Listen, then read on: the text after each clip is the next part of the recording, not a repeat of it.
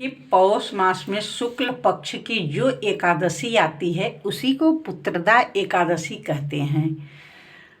पुत्रदा एकादशी व्रत अवश्य करना चाहिए। श्री कृष्ण जी कहते हैं, समस्त कामनाओं तथा सिद्धियों के दाता भगवान नारायण इस तिथि के अधिदेवता हैं। चराचर प्राणियों सहित समस्त त्रिलोकी में इससे बढ़कर दूसरी कोई तिथि नहीं है। पूर्व काल की बात है, भद्रावतीपुरी में राजा सुकेतुमान राज्य करते थे। उनकी रानी का नाम चंपा था। राजा की बहुत समय तक कोई वंशधर पुत्र नहीं प्राप्त हुआ, इसीलिए दोनों पति पत्नी सदा चिंता और शोक में डूबे रहते थे। राजा के पितर उनके दिए हुए जल को शोकाशिवास से गर्म करके पीते थे।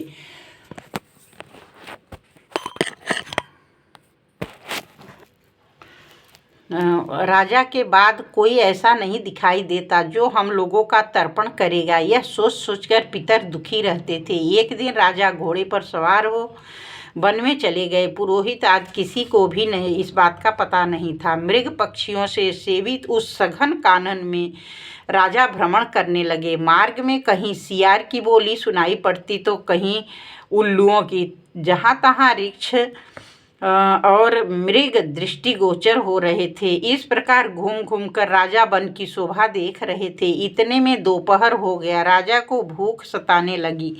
जल की खोज में इधर उधर दौड़ने लगे।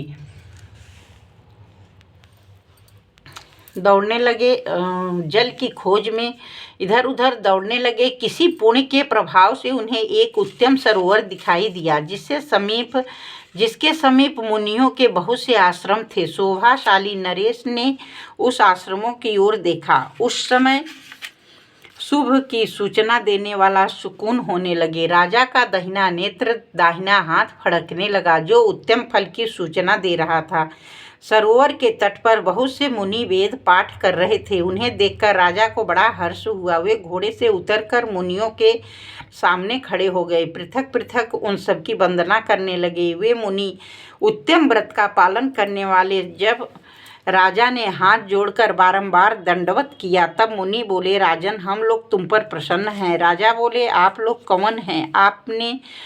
आपके नाम क्या है तथा आप लोग किस लिए यहाँ एकत्रित हुए हो? यह सब सच सच बताइए। मुनि बोले, राजन, हम लोग विश्व देव हैं, यहाँ स्नान के लिए आए हैं। माघ निकट आया है। आज से 5वें दिन माघ का स्नान आरंभ हो जाएगा। आज ही पुत्रदा नाम की एकादशी है, जो व्रत करने वाले मनुष्यों को पुत्र देती है। राजा ने कहा, विश्व देवगण, यदि आप लोग प्रसन्न हैं तो मुझे पुत्र दीजिए।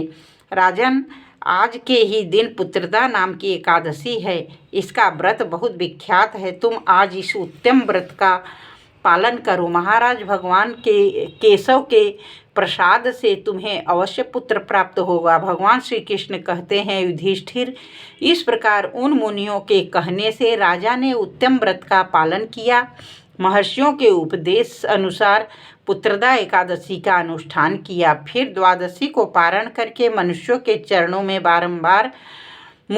चरणों में बारंबार मस्तक झुकाकर राजा अपने घर आए। तदनंतर रानी ने गर्भ धारण किया और प्रसव काल आने पर पुण्य कर्मा राजा को तेजस्वी पुत्र प्राप्त हुआ, जिसने अपने गुणों से पिता को संतुष्ट कर दिया। वह प्रजाओं का पालक हुआ।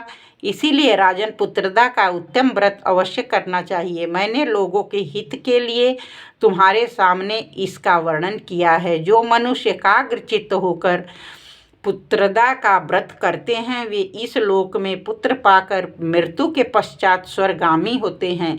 इस महात्म्य को पढ़ने और सुनने से अग्निष्टोम यज्ञ का फल मिलता है।